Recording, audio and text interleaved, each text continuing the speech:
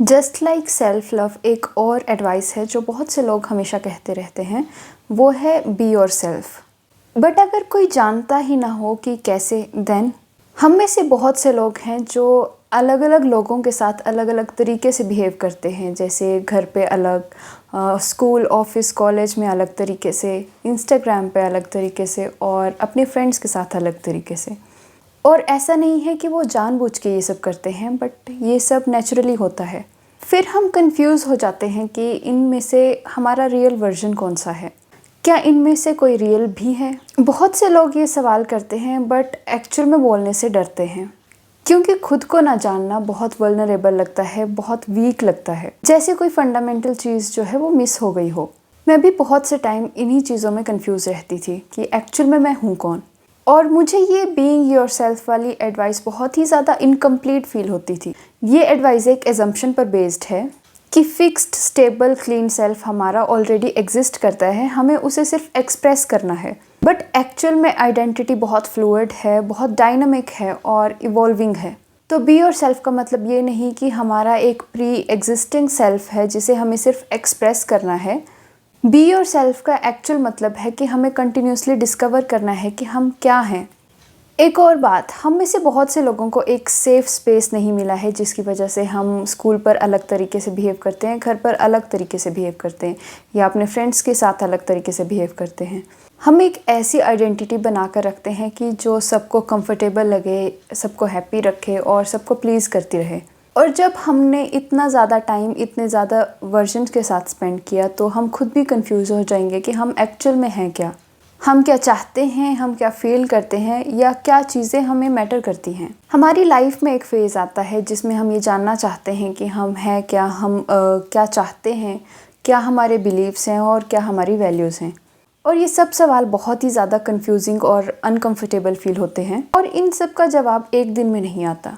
एक कॉन्सेप्ट है looking glass self, मतलब हम खुद को कैसे देखते हैं।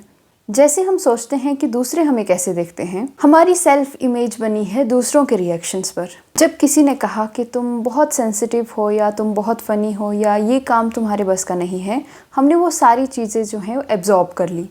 प्रॉब्लम ये है कि बहुत से लोग हमारे बारे में सच नहीं बोलते। ज़्यादातर लोग अपनी फ्रस्ट्रेशन बोल रहे हैं, अपनी लिमिट्स बोल रहे हैं, बट हमने उसे अपनी आइडेंटिटी का पार्ट बना लिया।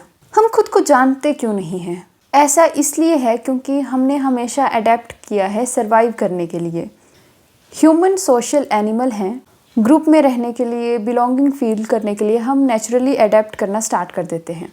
सेकेंड चीज़ है कि हम कॉन्स्टेंटली कंज्यूम कर रहे हैं दूसरों के ओपिनियंस को, एस्थेटिक्स को और ह्यूमर को।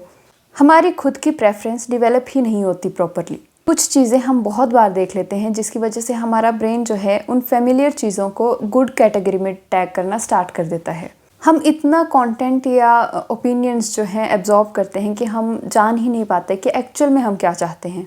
थर्ड चीज़, हम सोशल मीडिया पर देखते हैं कि हर किसी के पास बहुत ही क्लियर, क्यूरेटेड और एस्थेटिक आइडेंटिटी है, जैसे कि the dark academia girl, the it girl, the main character, that girl.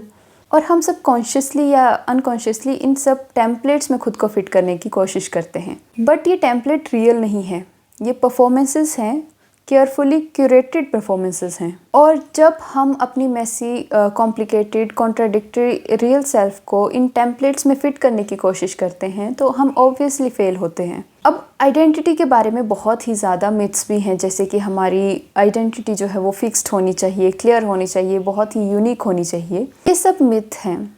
हम जो अपनी 16 साल की उम्र में सोचते हैं कि हम हैं, और जो हम अपनी 25 साल की उम्र में सोचते हैं कि हम हैं, वो दोनों बहुत ही डिफरेंट होंगी, और ऐसा होना भी चाहिए।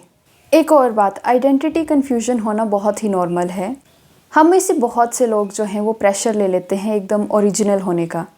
हमें किसी नॉवल की नेवर सीन बिफोर वाले कैरेक्टर बनने की कोई ज़रूरत नहीं है। हमारी आइडेंटिटी में बहुत ही नॉर्मल चीज़ें भी होंगी, ऑर्डिनरी इंटरेस्ट हो सकते हैं, ऑर्डिनरी हमारी वैल्यूज़ हो सकती हैं, और ये सब चीज़ें जो है वो नॉर्मल हैं। तो हमें खुद को जानना कैसे है? अब ऐसा नहीं है कि हम कोई टेस्ट लेंगे और हमें रिजल्ट से पता चल जाएगा। मे बी कुछ हद तक हम जान सकते हैं इन टाइप के टेस्ट से, बट उसके बाद भी हम खुद को उन बॉक्सेस में फिट करने की कोशिश करते हैं। जैसे कि MBTI पर्सनैलिटी टेस्ट हो गया, उसके रिज़ल्ट्स के बाद मैक्सिमम लोग क्या करते हैं कि जितनी भी पर्सनैलिटीज़ बताई गई हैं और जो हमारा रिज़ल्ट आया है उसके अकॉर्डिंग हम खुद को फिट करने की कोशिश करते हैं।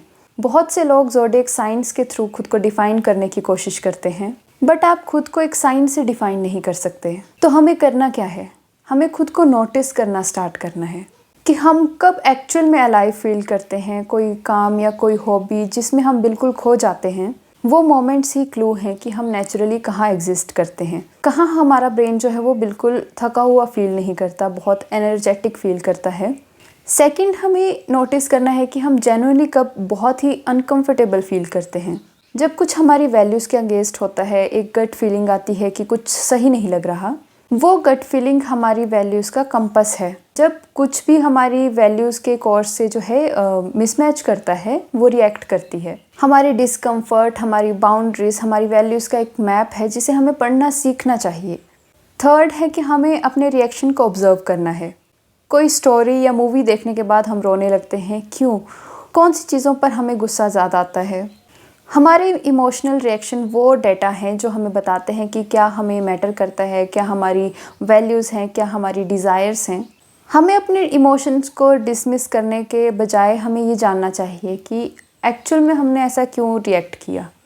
इसके अलावा खुद के साथ टाइम स्पेंड करो, बिना किसी फ़ोन के, बिना किसी के ओपिनियन के, और अपनी वैल्यूज़ के बारे में जानो। जैसे कि कौन सी चीज़ जिसे हम कभी टॉलरेट नहीं करेंगे, कौन सी चीज़ जिससे हम मिजरेबल फील करते हैं।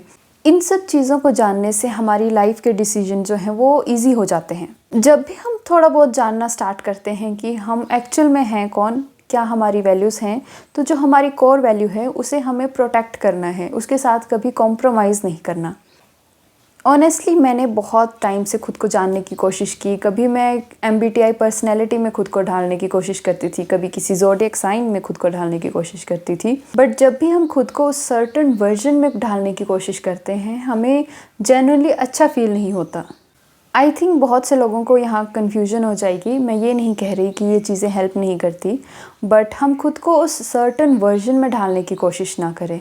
बी योर सेल्फ एडवाइस जो है वो सिर्फ इनकम्प्लीट है, गलत नहीं है। अपने आप को कंटिन्यूसली डिस्कवर करते रहना, क्यूरियस रहो अपने बारे में, अपने रिएक्शंस को नोटिस करो, अपनी वैल्यूज़ को नाम दो।